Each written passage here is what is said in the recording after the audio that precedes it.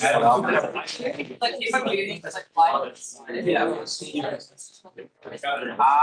see like it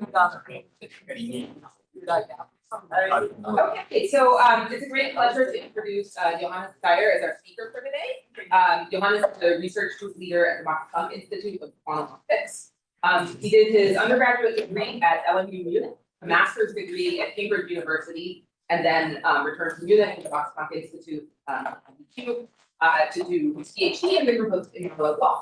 And this beautiful work on quantum gas spectroscopy, atom optical lattices, particularly using that platform to pioneer studies of long-range interactions like probably the Rydberg states. He moved on to a postdoc at Berkeley, where he worked with a group of dance current and combined techniques of having QED with single atom control and detection. And he has been back at MPQ since 2020, and most recently actually has started leading an independent research group there, and really has a very sort of wide-ranging research program. I think he'll tell you about sort of a fraction of it in his talk today. And I'll just mention, in addition to leading his academic research group, he also is a co-founder and principal scientist of a quantum computing company. So looking forward to your talk. Cool. Thanks a lot, Monica, for the kind introduction, and of course, thanks also for having me to talk about our work. It's always a great pleasure actually to be back in the Bay Area. I really miss it actually. I was here for almost 2 years, and yeah, I mean it's a great place. So enjoy every single day you have here. What I want to talk about today is work that we did in our group at the Max-Planck for Quantum Optics, basically exploring quantum systems at the single particle level, and specifically I want to talk about quantum gas microscopy Hubbard system out of It's a bit of a broad, say, title, because I want to talk about the different facets of this that we're covering in our work. And I want to actually start motivating what we're doing, basically with telling you why I'm very fascinated about this and why I'm fascinated about the field. And I think at the center of all of this is basically that we're dealing with many body systems. So what are many body systems? Well, many body systems for me are systems that are composed of many quantum particles that are interacting, and that actually leads to entanglement. And I think these many body systems have sort of connections to all of these quantum technologies that I put here on the side. So for example, many body systems appear in quantum simulation. They actually make quantum simulations worthwhile doing because they are sort of at the core of strongly correlated systems that we're trying to study in these quantum simulations, trying to understand systems out of equilibrium, in equilibrium, and using our platforms there. They're of course also at the core of quantum information. In the end, if you want a quantum computer is an extremely well-controlled platform to create many body entangled quantum states in a very controlled way. They're also interestingly actually appearing more and more in quantum optics, so we can actually use entangled states, matter interacting states of matter to enhance light-matter coupling, for example, in operative arrays that we are covering in our groups. And last but not least, I think it's very exciting to see how one can actually use entanglement and the control of many body systems to improve quantum sensing, with the example of atomic clocks, or what I said this morning here, of course, also atom interferences. And I think it's very interesting question to what extent you can actually use entanglement to make those sensors better to shed light on things that we otherwise could not look at. And in this talk, what I will cover is our work on programmable quantum simulators based on microscopically controlled atomic systems. And I should say that, of course, there are also many other platforms like qubit strapped ions that have similar properties. And the defining property, I would say, really is here the programmability, that you have excellent single particle control and detection. And I think what's exciting also, maybe removing this central bit here, is that we are actually at a stage with all of these platforms, some of these platforms, I think all of them actually, to also explore like the connections between these different sub-components. And I think this sort of joint here, this whether the two things like, or the core things actually overlap, or two of those things overlap, is a really interesting area to further exploration. I think that's actually a lot of open space that comes from combining, like, for example, quantum simulation with quantum information ideas, or also with quantum optics ideas. So I think this is really a cool place. So a bit more specific, what is the platform that we consider? In our lab, we basically work with controlled atomic arrays, and I think there are two ways, I would say, broadly speaking, that we can realize these atomic arrays. One is very prominently featured in many labs right now around the world, is this sort of bottom-up approach where we use microscopes, where we can generate controlled arrays of traps, of single laser traps, using either reflectors or SLMs, spatial light modulators, or a combination of the two, and then sort of shining those onto a optical trap with thousands of atoms, and then picking out individual atoms from that optical trap. So here's a picture of an array that was generated in a Hubbard group by Lukin. And what's really exceptional about this platform is that given we have here a quite large separation of a few microns, it's actually excellent single particle control. So in terms of controlling single atoms, this is really, I would say, the state of the art, and like a lot of beautiful experiments coming out every week that show this potential. On the other side, I would say we have a more traditional approach of creating microscopically controlled gases using what I would call a top-down approach. So here, the idea is actually rather than making your traps microscopically and hitting individual spots, you start with a bulk gas of atoms that you then sequentially, with many steps of laser, fully cool down, respond degenerately, and use a microscope on a two-dimensional layer to detect these atoms with single-sided precision and single-atom sampling. And in most of the talk, I will actually focus on results we take on our quantum gas microscope at Munich to tell you what we can do, what we can study, and then towards the end, I will show you our effort on actually combining the two platforms to hopefully enhance the possibilities that you can have with those. So this is basically the program for the talk. I will first introduce the concept of microscopy, what is a quantum gas microscope, what can we do with it. Then I will give you two summaries of recent results we had, looking at the different sort of control knobs that we have studied. And I will talk about a new approach to combining optical fields of optical lattices to build scalable arrays of things. All right, so let's come back to the quantum gas microscope. So as I was already saying, the idea here is that we basically start from a degenerate gas that we create by various cooling stages in our system, and we load sort of in the end of those cooling stages the system in a three-dimensional optical lattice. This is sort of indicated by me. One of the optical lattices is reflected from our vacuum window, which creates a set of pancakes, and we can sort of isolate single two-dimensional layer of these pancakes that we keep filled with atoms. That is then the system that we study.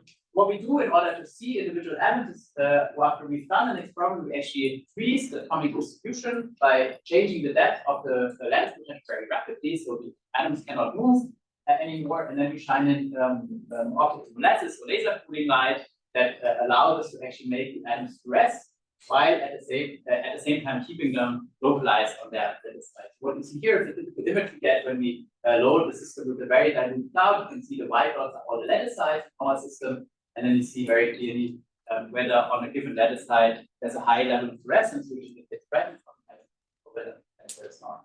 We can actually reconstruct the density of atoms in such images with extremely high density. So this is working very well. It's noise.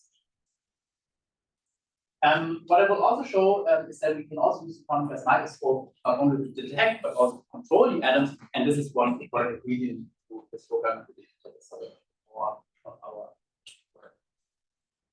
So what is the basic model that we can study with the quantum gas microscope? So if we cool the atoms all the way from degeneracy, we can actually engineer the system by basically being very careful and adiabatic in what we do, in a way that in the end the atoms occupy all the lowest band of an optical lattice or of our optical lattice, and we can describe the system in the so-called Hubbard regime by the Bose-Hubbard model. The Bose-Hubbard model is written down here. It basically has two terms.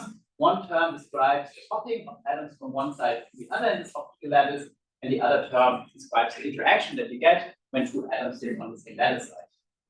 And from the interplay of those two energy scales, there's actually interesting physics that comes out, and I think most prominently, something that has been studied a long time ago is the transition from a superfluid where the tunneling sort of dominates and the atoms are sort of delocalized and the interaction in the lattice to the mod insulator when we increase the ratio between the interaction and the tunneling by changing the depth of the lattice, where this mod insulator is now actually characterized by very strong local number squeezing. In other words, while the superfluid is locally very strongly varying density, so you have the Bostonian statistics of the atoms per site, in the mod insulator, you know exactly one atom per site. And the reason for that is exactly that there's an energy penalty of having several atoms. The way you get from the superfluid to the mod insulator is actually a quantum phase transition. And this is, I think, one of the first examples of a quantum simulation that was actually performed in the beginning of the 2000s, 2002, MPQ by Manuel Loff and Markus Reiner. And here, this is sort of the first sort of real space image of such a cloud using the quantum gas microscope, which was in 2010. What we can also do, as I said, is we can actually now use the quantum gas microscope to control the density in our system. And the way we typically do that is when we start from an integral cloud. This is a different example for such a mod insulator. You again see that here we have a unity field system. So think about this periodic structure here as the lattice grid, and we have exactly one atom per lattice side. And we can use a spatially patterned light field, for example, in this weird shape here, to flip certain the atoms, the learning states of some of the atoms to a different state. The way we do that is actually choose light from here that is that applies what we call a differential light shift. So only the sites where the light is hitting will actually change the resonance frequency, and we use a global microwave to only flip the spin of the atom on both sides. Subsequently, what we can do is we can actually remove one of the spin components, and so we can convert sort of the initial unity field cloud into a cloud that has sort of arbitrary density distribution. And this is very powerful because what this gives you on this principal analog simulation platform is digital control. You can program the initial states. So these are just two initial states that you can program, for example, and you actually see how those differ in an action. We actually don't have to remove one of the spin components, so we can actually also use this capability of being able to flip the spin to do interesting quantum simulations. So I briefly want to give you this one example without going into the details. What we could study actually 2 years ago was the behavior of a cloud, actually of a chain of atoms of two internal spins, where we change the spin of one half of the chain by 180 degrees. So in other words, we create what's called a spin domain wall, and we go into a very specific limit of the Hubbard model where the interactions dominate. And that the on-site interaction is much larger than the J. One can show that in this case, the Hubbard model actually maps to a symmetric Heisenberg model. And by preparing such an initial state and then actually letting it go and letting it time evolve, what you can show is that in this Heisenberg model, the system actually follows what's called color-Parisi-Jargon universality in the transport. And this was actually a prediction, radical prediction from 2018, that connects the classical universality, the KPC universality, with quantum dynamics of integrated systems. And it was actually long debate, and I think it still is. And we could actually do a quantum simulation that actually showed that some of the properties predicted by KPC are actually a very nice example of the quantum simulation that it's actually in a regime that has it requires this digital preparation. I don't want to go too much into detail about this, but of course you can ask me later. But instead, what I want to do is I want to show you how we can extend the toolbox that we have in these analog quantum simulators and also the lattices in the direction of realizing what we call extended Hubbard models. So what is an extended Hubbard model? Extended Hubbard model is a Hubbard model like the one I showed you with an additional term. It's what I would call a long-range interaction, in the sense that there's an interaction that is not local, but that has a nearest neighbor component. So why are we interested in those long-range interacting models? Well, the answer is that if you have a quantum system from anybody, one could say, or a model, like a Hubbard model, and you add, in addition to the J and U that I discussed before, in this case, such an extended range interaction, already in a 1D chain, you actually get new physics. So this is actually the phase diagram that emerges if you get an extended range interaction, where two atoms interact when they're on neighboring sides. And so in addition to the superfluid and the mod insulator that I described to you before, what we get is phases like a density wave order phase, or here in the center we get what's called a Haldane insulator. It's a phase that is even not even described by the conventional way of how we classify phases. Landau classification scheme, but this requires to describe the space, to describe the space with a non-local order parameter. So you see that this extended range interaction brings quite some qualitative. Similarly, without going into details, if you have BC and you add long-range interactions, you also can realize supersolids here that are characterized by a combination of density, order, and superfluid experiences. So we are more interested in these lattice-based models, and I want to briefly describe to you now how we can actually realize such an extended Hubbard model.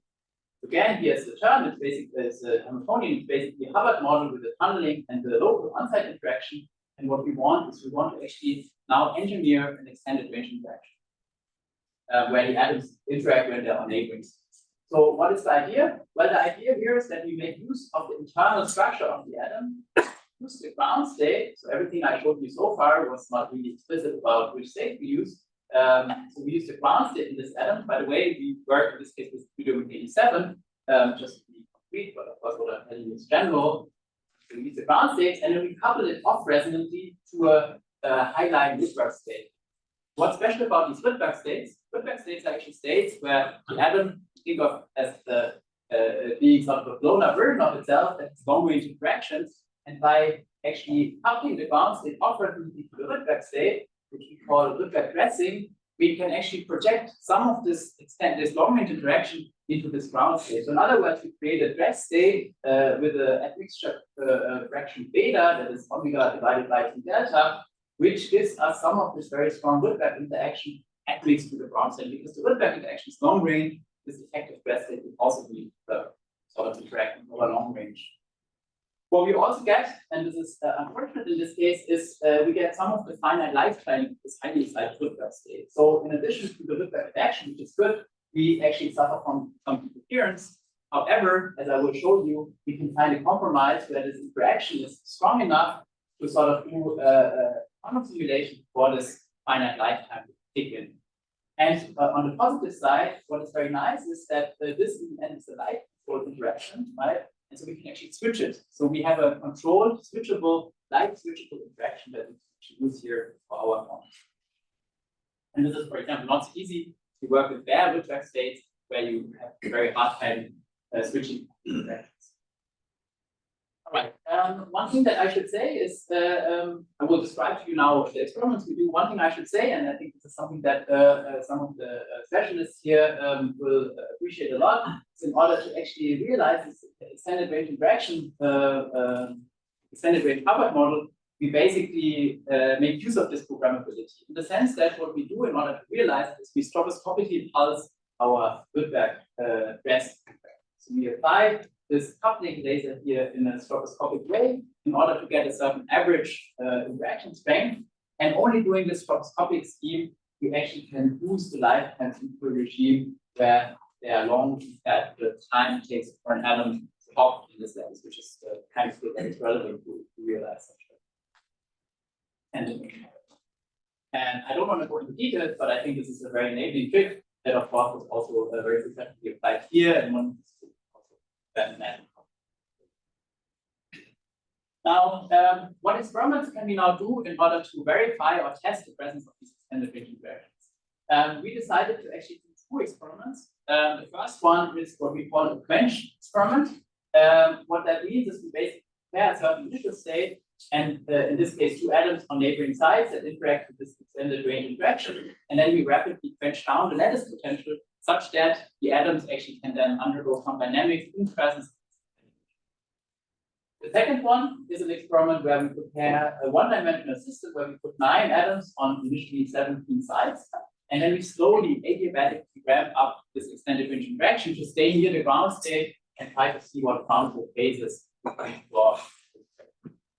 Let me first come to our experiment A, this French experiment. As I said, we basically place two atoms next to one another in the optical lattice. This, of course, requires our spatial latticing technique, and so it requires digital control.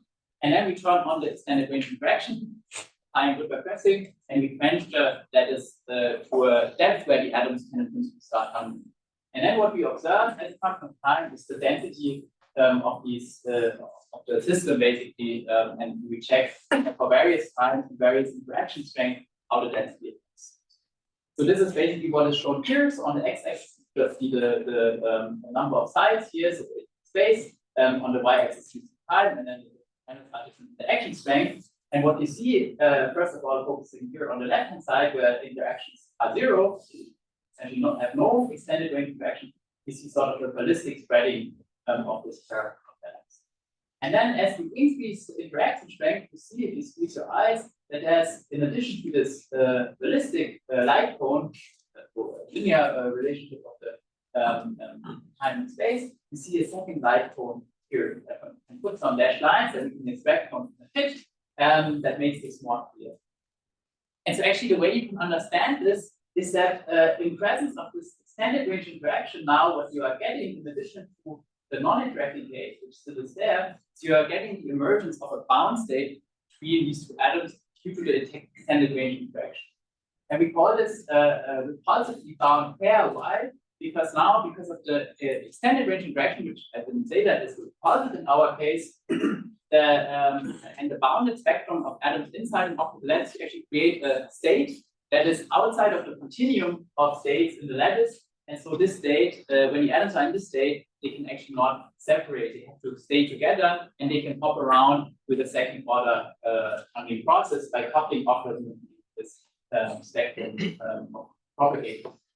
And so this repulsively bound pair for atoms sitting on neighboring sites is correct proof that this longing is independent interaction. The second experiment is this adiabatic evolution of the system. So again, what we do here is we start actually with a modern steady state in this one-dimensional chain, and then we basically expand those 9 atoms into the full one-dimensional chain. We try to do this adiabatic so as to prepare already, in this case, the lowest energy state, but in a system where we have 9 atoms to 17 sites, we have a filling that is less than unity, which is not a system where you expect a model data, but you expect a different one. And so then what we do on top of such a state where the atoms are now exploring the full 17 sites, we actually slowly adiabatically ramp up in a linear fashion our extended range interaction, and we probe the system by looking at density-density correlations. So in other words, we ask the question: if you have an atom at a certain site, how likely is it to find an atom at a site that is 1 side away, 2 sides away, or 3 sides away? This is basically what's shown here. It's what we call the G2 function, and G2 in this case is plotted against distance. So again, what you see from left to right is increasing interaction strength. You see here, if we don't apply any extended range interaction, there's basically no spatial dependence on the G2 function, which is actually what you would expect because there's no spatial dependence that is relevant. The interaction is on site, and tunneling doesn't really spatial dependence. If you squeeze your eyes, you see actually a little bit of a dip for very small distances, and we actually understand this.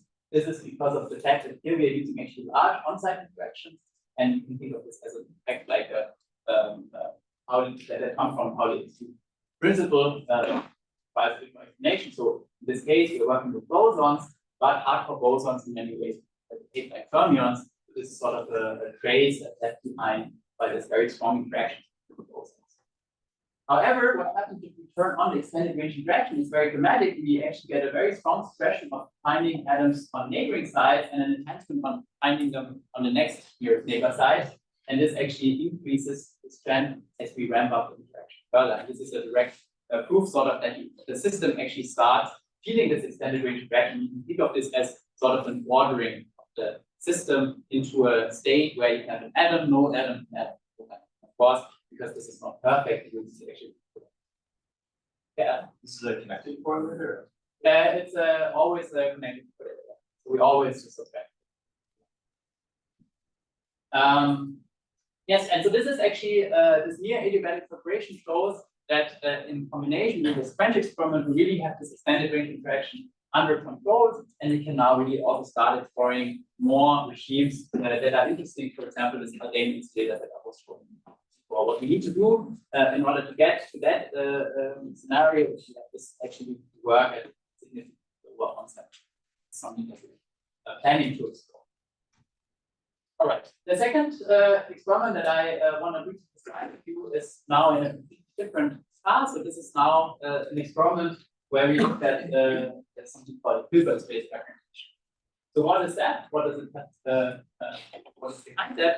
Well, behind that is basically the question of thermalization in many body systems.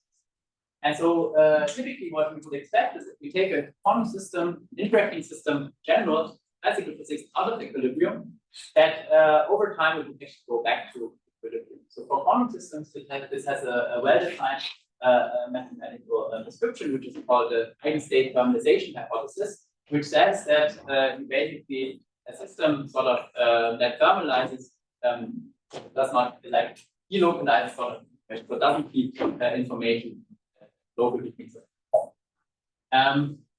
An interesting question is actually the converse. So how can one actually design or make a system, quantum system, particular many-body system that defies thermalization? I think there are a few sort of concepts or methods that are known that have been around for a while, which are you can actually which are first one being so-called many-body localization, which results from applying what's called bench disorder onto a quantum system. So you actually subject the system to some disorder landscape, and it's been shown both in theory and also in experiments that under that condition you will actually get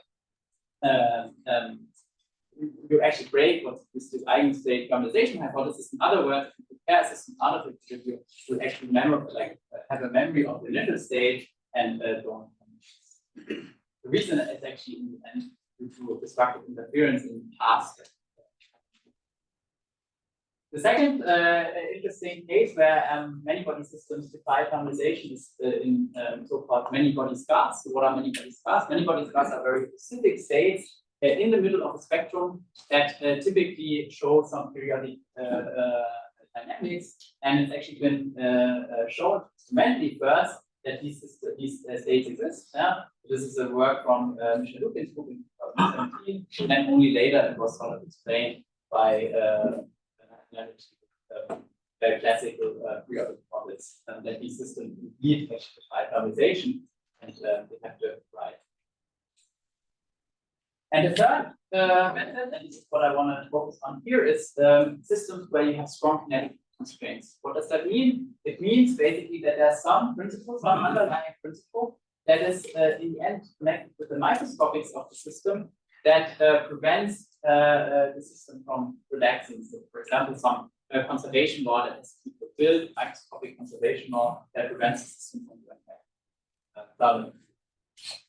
And let me go a bit more into detail. So here actually is a nice experiment from Munich where in one dimension they engineered such constraints by applying a gradient, and in this gradient you can show that an atom can actually only hop to the right if another atom at the same time hops to the left. So this is sort of a dipolar conservation.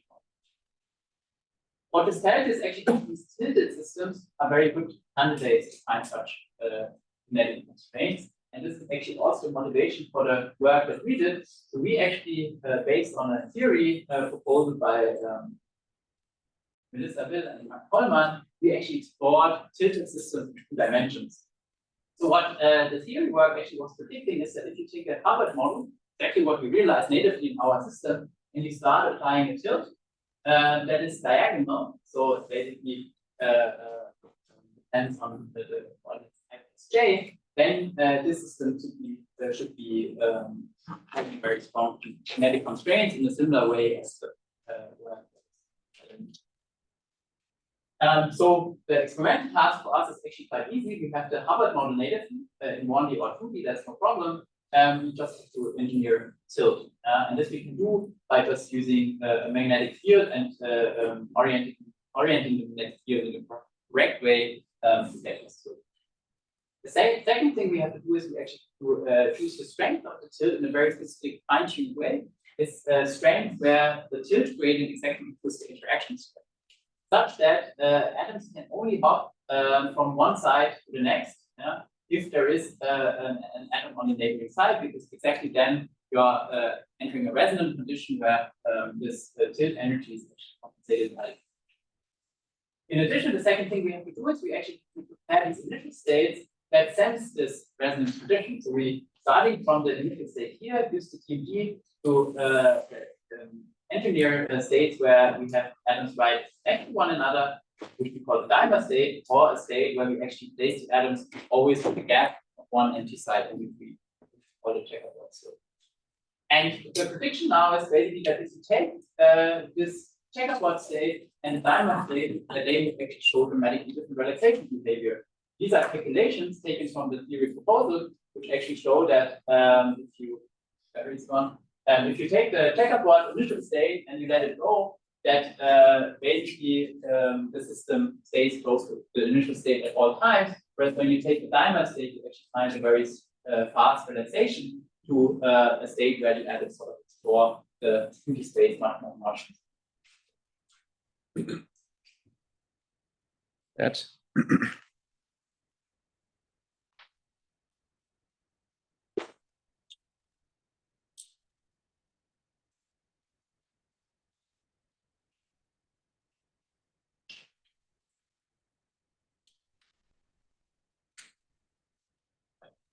So you have this dramatically different relaxation. Now we can actually do that very experiment with the two things that I just showed you, tilting the system with the magnetic field and putting in this specific initial state. And here you see our experimental results. First of all, for the checkerboard, we observed that after the longest evolution times, we can go much longer after funding time stays, balance stays constant. So the atoms actually remain in sort of their initial positions, whereas for the dimer state here, there's a very fast decay of the imbalance between the atoms formed. We can actually also, interestingly, something that wasn't done in the theory, prepare something that's like a mixture, where we have neighboring atoms that are arranged in this checkerboard, and interestingly enough, the state actually relaxes to the balance with a sort of dimer.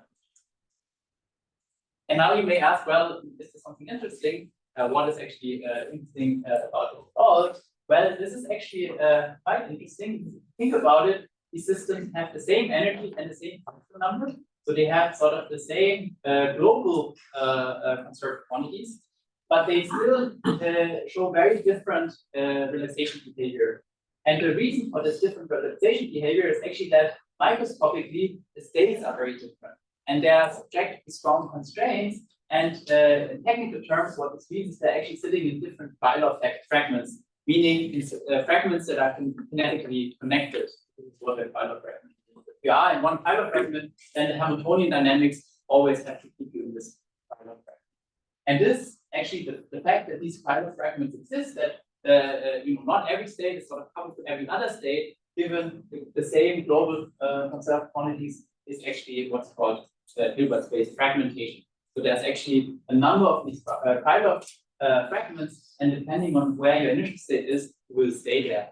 And so now the statement is basically that the checkerboard state and the dimer states are different bilob fragments, so they are sort of qualitative. And this is, to our knowledge, the first observation that this phenomenon exists actually. And so that's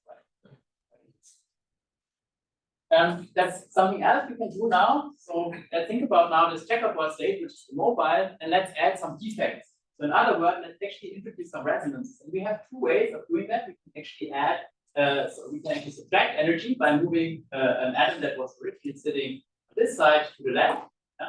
This actually is moving it to lower energy, it's just the radiant energy, or we can move it up, and this is adding energy, so we call one the negative effect and the other one the positive.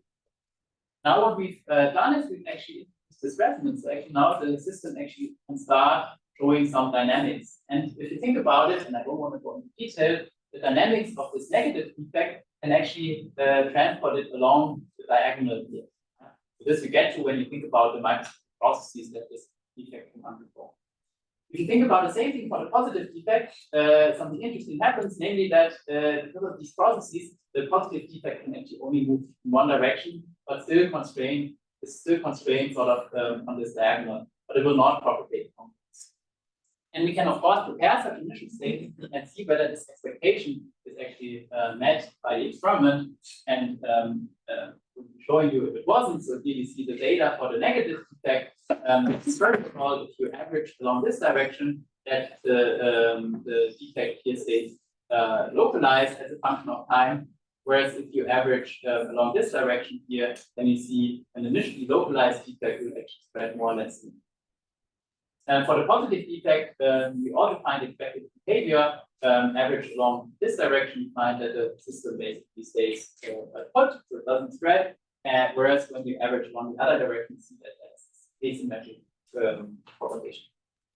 And now you may ask, why is this interesting? Well, this is actually quite interesting because in principle, nothing tells you that the system should not, that this defect should not explore full to P. However, it doesn't. It only explores a sub part of this space, and this subdimensional propagation in combination with substitute dynamics that we cannot observe, but which can be worked out by theory, is actually characteristic of a tonic excitation.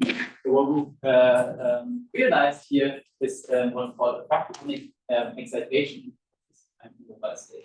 The subdimensionality is expressed. Yeah.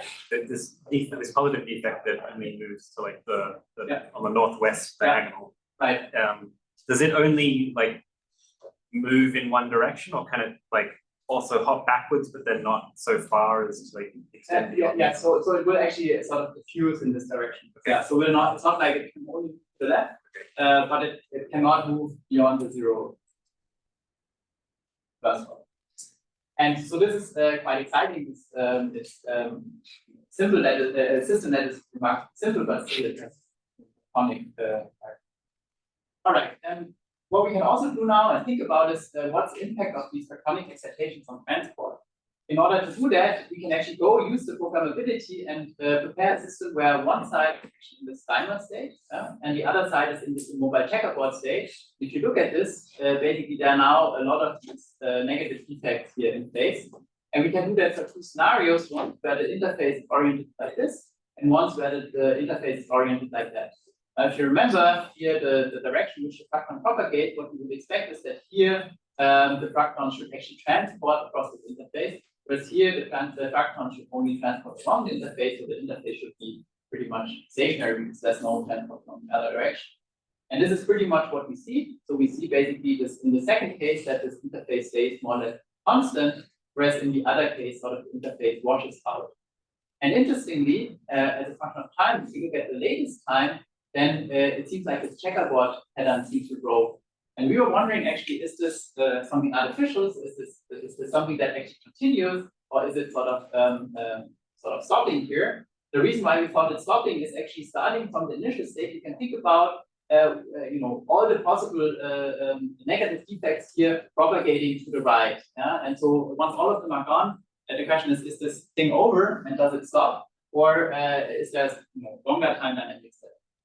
We cannot answer this in the experiment, but we can do together with the theoreticians, in particular with Melissa, some classical cellular automaton simulation of this and check that. And so here are the 2 cases again for much longer times, simulated with this classical method. And you can actually see here that even for a very long time, it seems like this checkerboard pattern seems to be going, whereas in the other orientation. So this is something that at the moment we don't really understand what's going on. It's also not clear how the classical model quantitatively can describe the quantum model, but I think this is a very interesting observation that yeah. Is this what you're showing for the experimental data, the actual sort of max size of the system that you studied? Yes. And so what's the sort of defect hopping time with relation to this T of 40 that you have here? This is basically the hopping model. So the T is in units of tunneling. So you're getting a lot of like bounces off the boundary here.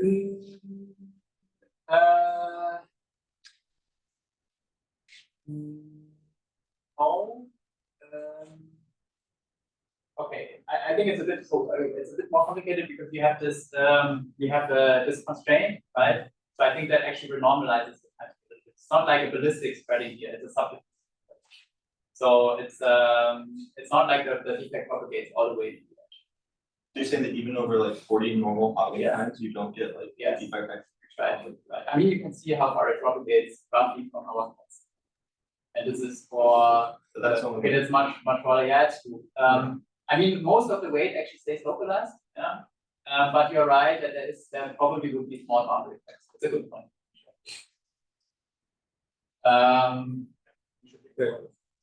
Potential gradient is so long. Mostly, but The potential gradient is right. So this I think is quite interesting for future exploration, and it's certainly something that the full quantum calculation is inaccessible already. Our system sizes here cannot be calculated with diagonalization, and so I think we have like some. Just follow. So do you know what happens if a defect does hit a boundary though? Like in terms of this like microscopic popping model that you have, does it get eliminated at the boundary or is it not? No, I think it should get eliminated in the end, just an atom, right? We put part walls, so I think it should. It just bounces. I think so. Yeah. I need to think about it. So I guess you'll like remove some of your microscopic constraints. Right.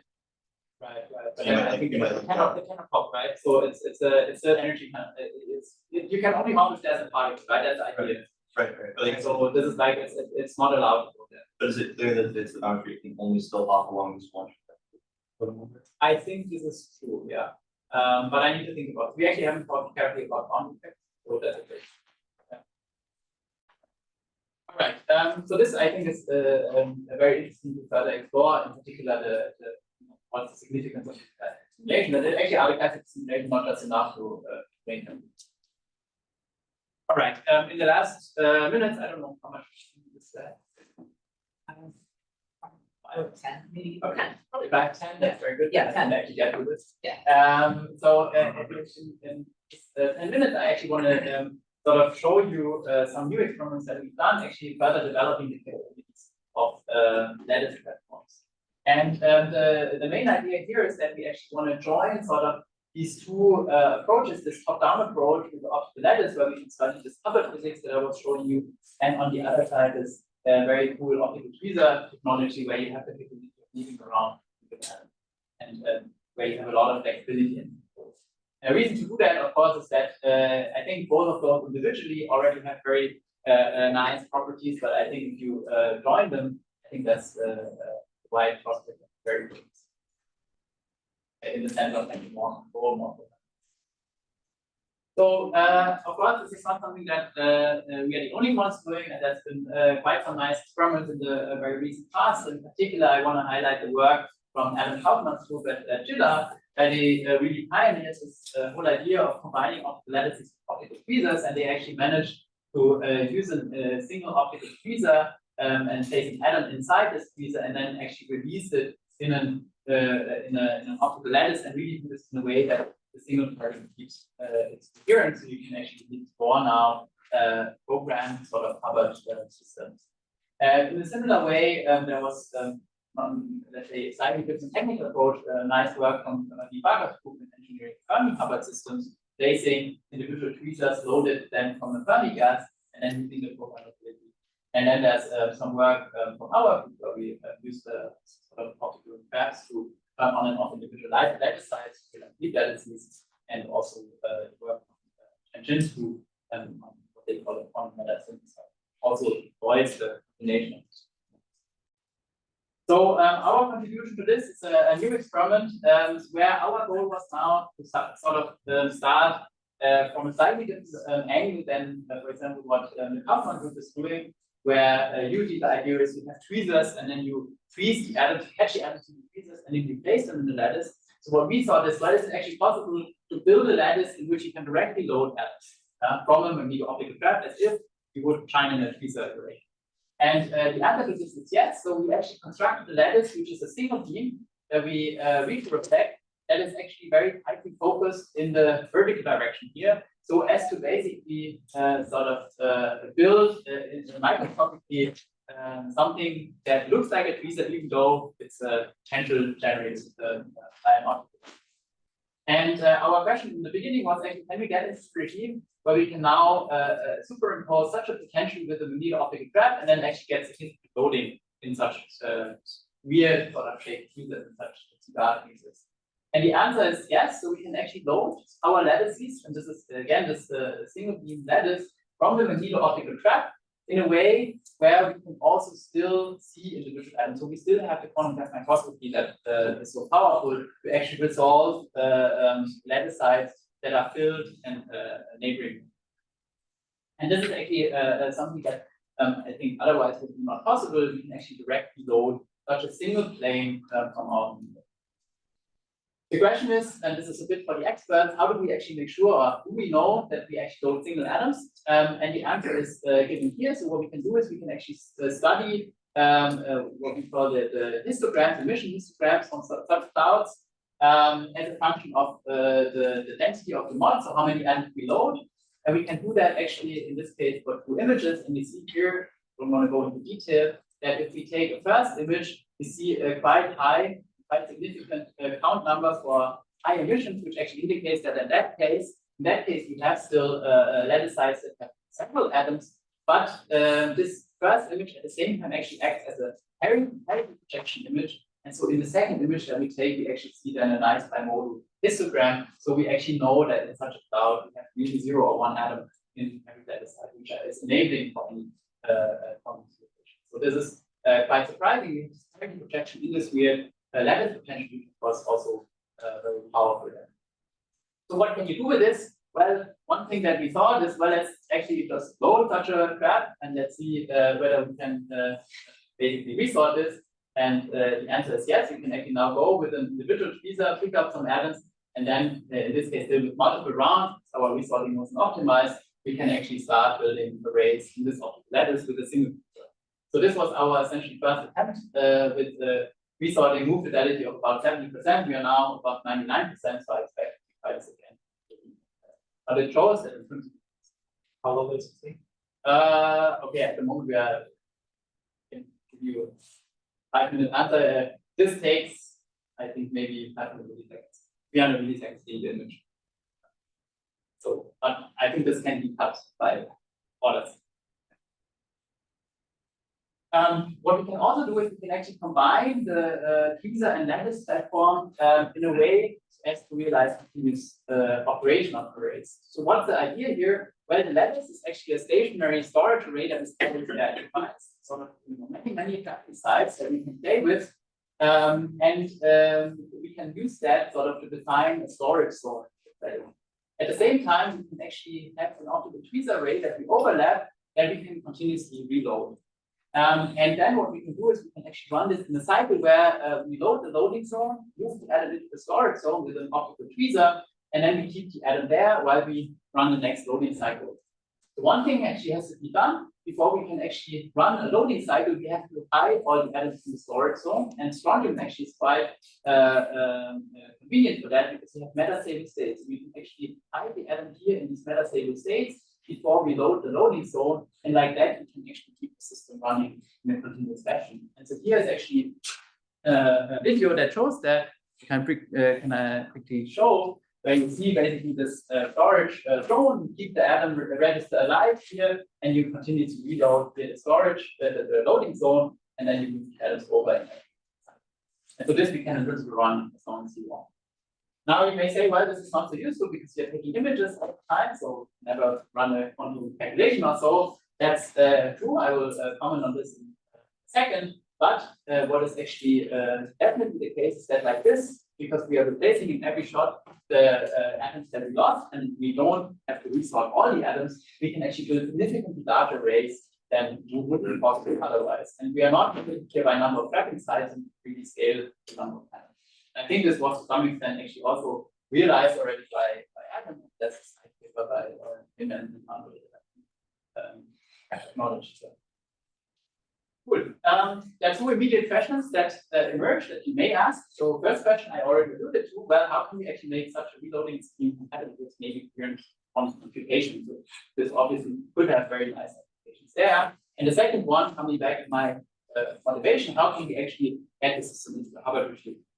So far, I have not told you anything fully reality. They're just there in the lattice, they're thin, but then. And I want to briefly touch on those two topics, showing you our very recent result on realizing our optical futures function. Okay. And what's the main idea that got us thinking here is that, okay, if we want to combine something with continuous reloading, which means we have to make a unique optical graph on this root transition, then we somehow have to encode quantum information in this metastable manifold as well, right? So we have to somehow use the 3p0 and the 3p2 state to encode qubits. And this actually then got us thinking, okay, how can we do that? The requirement to encode a qubit is that those states actually magically flap. Yeah, and we started thinking about these magic traps, and we actually realized that if you think about which wavelengths you can use, that okay, there's a wavelength where you can actually not only make the 3p2 and the 3p0 magically flap, but by automatically at 813 you also have the 1 and 0 stage flap. So that's actually a point where you can realize all optical future. So what's the idea here? Maybe very briefly. The idea here is that 1 and 0 and 3p0 are automatically magic at 813 nanometers, and the 3p0 and the 3p2 state, or the 1 and 0 and the 3p2 state, their differential pattern can actually be controlled for various wavelengths with the so-called angle tuning, where what you do is you control the angle of a magnetic field we apply relative to the polarization of the field. So with this degree of freedom, you can actually realize these magic conditions over a variety of wavelengths. We find this what we call optical future. So for quantum computing, this is nice because we have the external and internal degrees of freedom coupled. What we need to do is we actually need to prepare this qubit here. So we need to bring the atoms from 1 and 0 to 3p0. So this in principle one can do with a single clock transition here from 1 and 0 to 3p0 with a single photon. But what you can also do is you can actually go via this 3-photon transition. Actually, one thing I forgot. Here's our measurement of the magic angle. So we find this magic angle indeed true. So we can actually realize this. What I wanted to say now is we can also need to prepare actually the 3p0 state. You can do this with this 3-photon scheme instead of the single photon scheme. Why would you actually do that? Well, for quantum computing, you know you have to perform operations fast, and you can actually show that the 3-photon scheme is extremely efficient in terms of how much power it uses. So, in order to get Rabi oscillations like the ones that we showed here, where we measure the 3p0 fraction as a function of Rabi pulse duration, and that are on the 20 kilohertz scale, in order to get that on the single photon transition, you actually need about 1,000 times more power. The reason being that this is a doubly forbidden transition, and here you maximally have a singly forbidden. It's actually is a gigantic the Rabi rates. And this actually is a very important ingredient for scaling this system and actually making it. The second thing that we need to check for quantum computing is, after all this magic angle tuning that we do here, is the system actually coherent enough? So in other words, what about the coherence between 3p2 and 3p0? We know 1 and 0 and 3p0 are extremely coherent. This is the atomic optical clock. So this is basically the one of the most coherent transition pair states you will find. But what about the 3p0 and the 3p2? So this is the second thing we actually checked here. And the way we checked that is actually we focus on the atom-atom coherence. So we basically do a Ramsey experiment here, where what we do is we partition our system in two parts. We call it the left and the right part, and then we basically check how correlated the measurements of these two parts are in a Ramsey experiment. And we plot basically extract this basically from a parametric plot where we plot the excitation probability in the left part versus the right part. And if they're perfectly correlated, this is an indication that the system is coherent. But if they're completely independent, meaning that they're uncorrelated, then that's an indication that the system loses. This we plot here, this coherence as a function of hold time. We actually find coherence times on the second stage about 800 milliseconds, which is actually much longer than we had initially thought, because, and this is a detail in optical tweezers, we have local polarization gradients. So the fact that we can actually realize magic traps by this angle tuning is actually not obvious. But actually, what's not obvious is that the coherence times are so long. So this is really encouraging. At the final point, coming to this Hubbard idea. So how can we actually make use of all of this angle tuning now for Hubbard? It turns out, if I go back to this plot where I show you the wavelengths and the possible magic angles, then for our lattice wavelengths that we use, there's a magic angle here in 1 and 0 and 3p2. And this is interesting because now what we can do is we can start thinking to cool on this.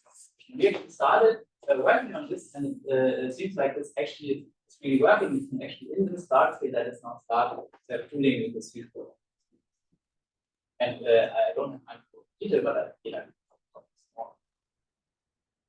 all right, I'm close to the end, so I really want to briefly advertise some other things that we are doing. So we are also working on Rydberg microdynamos in our future chart. That solid molecules form a Rydberg state between quantum optics with optical arrays and which within Rydberg interactions.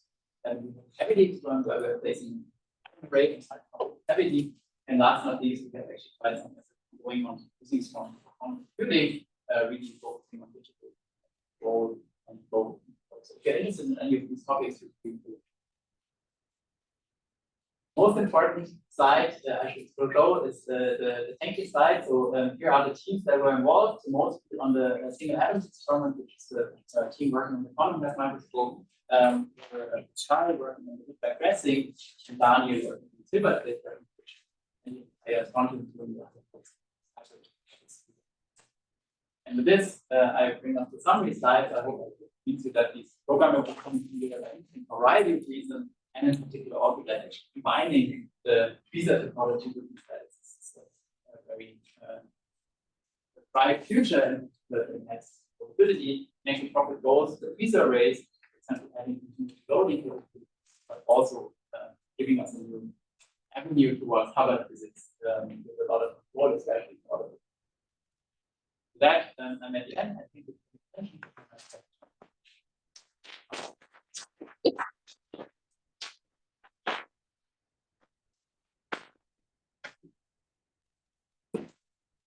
Thanks. I have a question for you. I have lots of questions, but so for the fine structure qubit, so you do this with a magic tuning field, but I guess you're going to still be limited by still the polarization of user problems.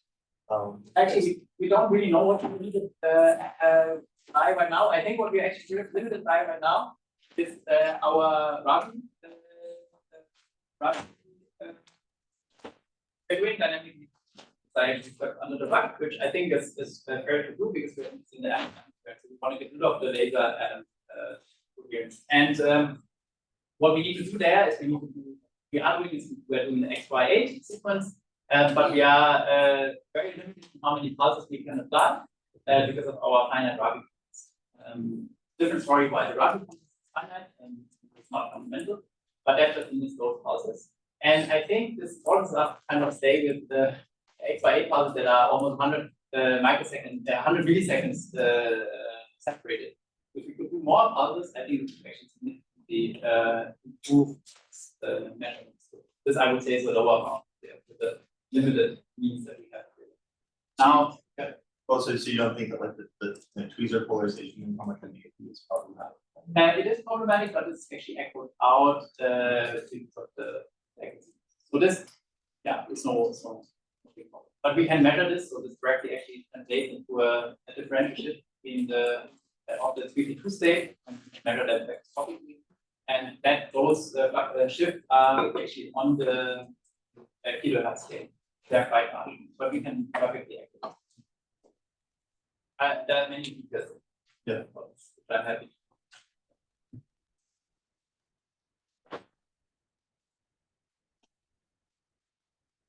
Maybe I'll ask you about the specs for the extended Hubbard model. So it's very exciting that you're able to start introducing long range interactions, and of course there's lots of original motivation that makes you want to phase diagram. I guess I'm wondering sort of to get further into the many body routine phase diagram, whether the coherence times are they there. I mean, okay. In principle, I'm pretty optimistic. So I think the question is always what you expect. So I think what we've done now is we've done 1D lines, right? So what I'm pretty sure will work is to start coupling them in ladder systems. And there's some interesting cases there. You can actually map two-leg ladder effectively on this. But it's not a precise mapping, but roughly onto the Haldane chain. So you will actually find under certain circumstances interesting protected phases. And so we are looking into that, and I'm quite confident that you can make this work. Where I'm a bit less skeptical, a bit less optimistic, or very skeptical, is the initial ideas of this were to look at these bubble supersolids. So you actually stick a lot of atoms inside one blockade radius, and then you have sort of these bubbles talking to one another. So I think there we will get problems with just the fact that the Rydberg data on pure 1 over r to the 6. We have many additional resonance quantum potential. So I think at these high densities, the combination with Rydberg has issues. I think an interesting prospect is also to try this in a cryo environment. So we still see one of the reasons why we need to do this microscopic sequence that if we go to very dense systems, we start getting collective losses. Yeah. And I think this is something that one can mitigate. Or you do tricks like the Kaufman group did now. You can use, for example, auto-ionization techniques with the alkaline earths function to get rid of those impurities, and I think you also going to denser things, which I think they basically cover. So I think that's quite some area to explore. I think there's many nice features, which is especially the switchability. I would. Great, thanks. There one more question for? Yeah. I guess I might have missed it, but what was limiting the initial sizes of the Hubbard models that you built up, or did the top-down approach to, and the quantum gas microscope also that like kind of smaller? Okay, I didn't say this explicitly. So depends a lot on what you want to do. If you just ask me for a 2D model data, we can make models data with 1500 atoms. In these KPC experiments, we did systems that had 50 sides length times 14 sides, which was, however, decoupled. So we could also couple those. We can actually make 3D systems that are that size. What I did not go into detail about either is that here we're using a slightly different lattice. This is a lattice that has a larger lattice constant so that we get better local control. There the number of atoms reduces a little bit. Limited in the end, limited basically by inhomogeneities we have on these optical potentials, which in our case is because of dust we have inside the vacuum chamber. It's unlucky to find out. So we actually have to use our spatial line modulator to compensate for all of this. And in the end, it's actually just spatial inhomogeneity, like time dependence on that compensation pattern that is the system size. We sort of stay within a regime that reasonably well. I think it's the technical limit, but that's what it is at the moment. I think we can also put work to make this better, but it's a lot of effort. Okay, with that, I think we should thank you on this one more time.